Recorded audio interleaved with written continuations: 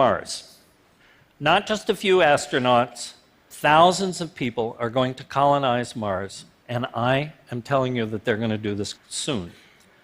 Some of you will end up working on projects on Mars, and I guarantee that some of your children will end up living there.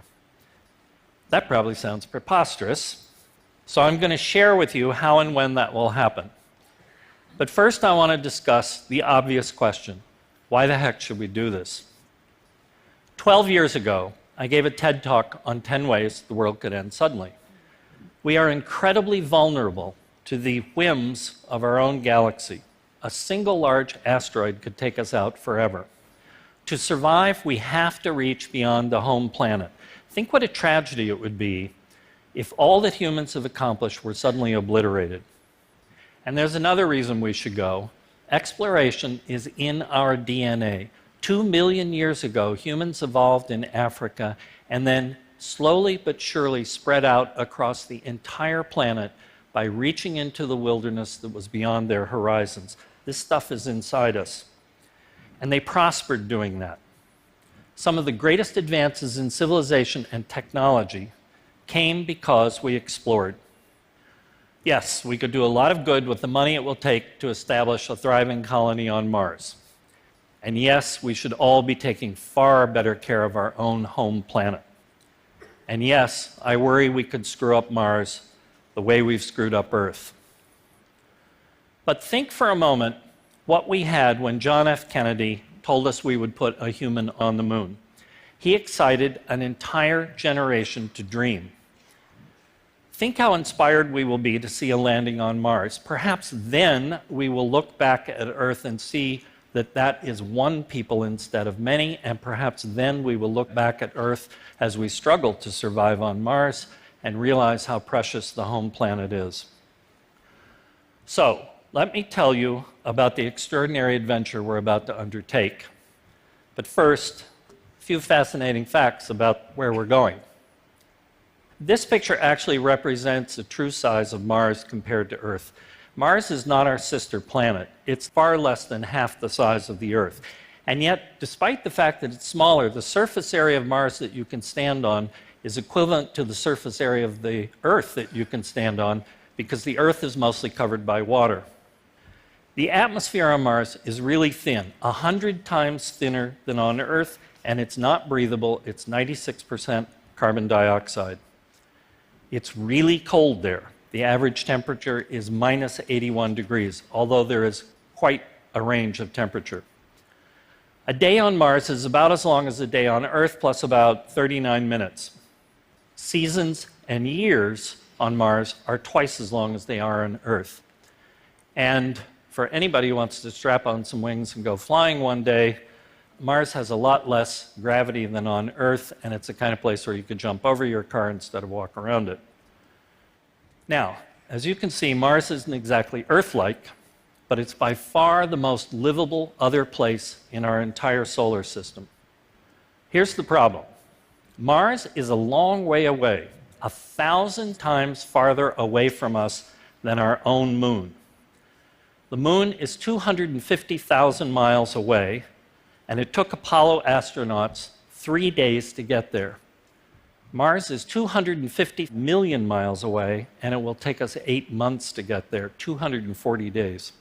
And that's only if we launch on a very specific day at a very specific time once every 2 years, when Mars and the Earth are just aligned just so the distance that the rocket would have to travel will be the shortest. 240 days is a long time to spend trapped with your colleagues in a tin can. And meanwhile, our track record of getting to Mars is lousy. We and the Russians, the Europeans, the Japanese, the Chinese, and the Indians have actually sent 44 rockets there, and the vast majority of them have either missed or crashed. Only about a third of the missions to Mars have been successful. And we don't at the moment have a rocket big enough to get there anyway. We once had that rocket, the Saturn V. A couple of Saturn Vs would have gotten us there. It was the most magnificent machine ever built by humans, and it was the rocket that took us to the moon. But the last Saturn V was used in 1973 to launch the Skylab space station, and we decided to do something called the shuttle instead of continuing on to Mars after we landed on the moon. The biggest rocket we have now is only half big enough to get us anything to Mars. So, getting to Mars is not going to be easy, and that brings up a really interesting question. How soon will the first humans actually land here?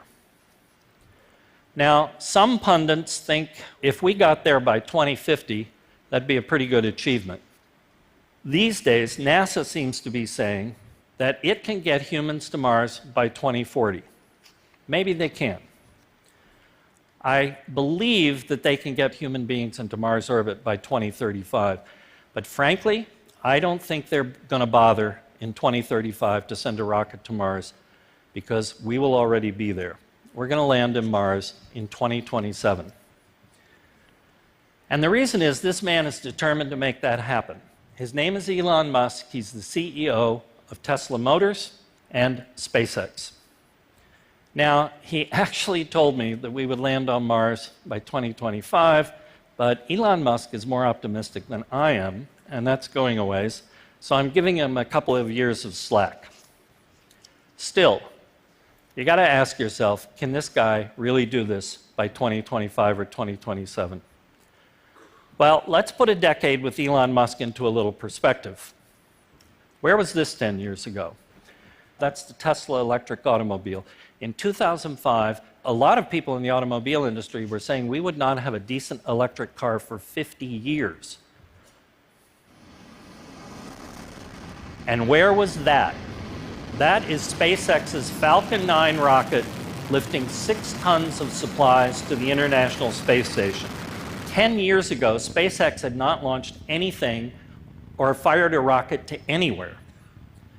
So I think it's a pretty good bet that the person who is revolutionizing the automobile industry in less than 10 years and the person who created an entire rocket company in less than 10 years will get us to Mars by 2027. Now, you need to know this. Governments and robots no longer control this game. Private companies are leaping into space, and they will be happy to take you to Mars. And that raises a really big question. Can we actually live there? Now, NASA may not be able to get us there until 2040, or we may get there a long time before NASA, but NASA has taken a huge responsibility in figuring out how we can live on Mars. Let's look at the problem this way. Here's what you need to live on Earth: food, water, shelter, and clothing. And here's what you need to live on Mars: all of the above plus oxygen. So let's look at the most important thing on this list first. Water is the basis of all life as we know it, and it's far too heavy for us to carry water from the Earth to Mars to live. So we have to find water if our life is going to succeed on Mars. And if you look at Mars, it looks really dry. It looks like the entire planet is a desert. But it turns out that it's not. The soil alone on Mars contains up to 60% water. And a number of orbiters that we still have flying around Mars have shown us, and by the way, that's a real photograph, that lots of craters on Mars have a sheet of water ice in them. It's not a bad place to start a colony.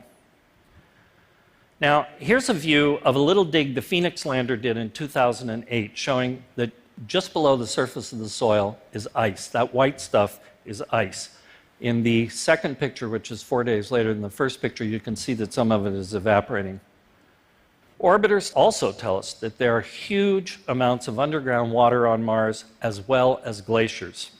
In fact, if only the water ice at the poles on Mars melted, most of the planet would be under 30 feet of water. So there's plenty of water there, but most of it's ice, most of it's underground. It takes a lot of energy to get it and a lot of human labor. This is a device cooked up at the University of Washington back in 1998. It's basically a low-tech dehumidifier, and it turns out that Mars' atmosphere is often 100% humid. So this device can extract all the water that humans will need simply from the atmosphere on Mars. Next, we have to worry about what we will breathe. Frankly, I was really shocked to find out that NASA has this problem worked out. This is a scientist at MIT named Michael Hecht. And he's developed this machine, MOXIE. I love this thing. It's a reverse fuel cell, essentially, that sucks in the Martian atmosphere and pumps out oxygen. And you have to remember that CO2, carbon dioxide, which is 96% of Mars' atmosphere, CO2 is basically 78% oxygen. Now, the next big rover that NASA sends to Mars in 2020 is going to have one of these devices aboard, and it will be able to produce enough oxygen to keep one person alive indefinitely. But the secret to this, and that's just for testing, the secret to this is that this thing was designed from the get-go to be scalable by a factor of 100. Next, what will we eat? Well, we'll use hydroponics to grow food, but we're not going to be able to grow more than 15 to 20% of our food there, at least not until water is running on the surface of Mars and we actually have the probability and the capability of planting crops. In the meantime, most of our food will arrive from Earth and it will be dried. And then we need some shelter. At first, we can use inflatable pressurized buildings as well as the landers themselves, but this really only works during the daytime. There is too much solar radiation and too much radiation from cosmic rays. So we really have to go underground. Now, it turns out that the soil on Mars, by and large, is perfect for making bricks. And NASA has figured this one out too. They're going to throw some polymer plastic into the bricks, shove them in a microwave oven, and then you will be able to build buildings with really thick walls. Or we may choose to live underground in caves or in lava tubes, of which there are plenty. And finally, there's clothing. On Earth, we have miles of atmosphere piled up on us, which creates 15 pounds of pressure on our bodies at all times, and we're constantly pushing out against that. On Mars, there's hardly any atmospheric pressure. So Davin Newman, a scientist at MIT, has created this sleek spacesuit. It will keep us together, block radiation, and keep us warm. So let's think about this for a minute. Food, shelter, clothing, water, oxygen. We can do this. We really can. But it's still a little complicated and a little difficult. So that leads to the next big, really big step in living the good life on Mars, and that's terraforming the planet, making it more like Earth, re-engineering an entire planet. That sounds like a lot of hubris, but the truth is that the technology to do everything I'm about to tell you already exists. First, we've got to warm it up. Mars is incredibly cold because it has a very thin atmosphere.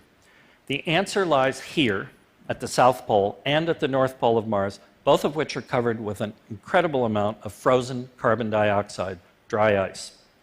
If we heat it up, it sublimes directly into the atmosphere and thickens the atmosphere the same way it does on Earth. And as we know, CO2 is an incredibly potent greenhouse gas. Now, my favorite way of doing this is to erect a very, very large solar sail and focus it, essentially serves as a mirror, and focus it on the South Pole of Mars at first. As the planet spins, it will heat up all that dry ice, sublime it, and it will go into the atmosphere. It actually won't take long for the temperature on Mars to start rising, probably less than 20 years. Right now, on a perfect day, at the equator, in the middle of summer, on Mars, temperatures can actually reach 70 degrees, but then they go down to minus 100 at night. What we're shooting for is a runaway greenhouse effect. Enough temperature rise to see a lot of that ice on Mars, especially the ice in the ground, melt. Then we get some real magic.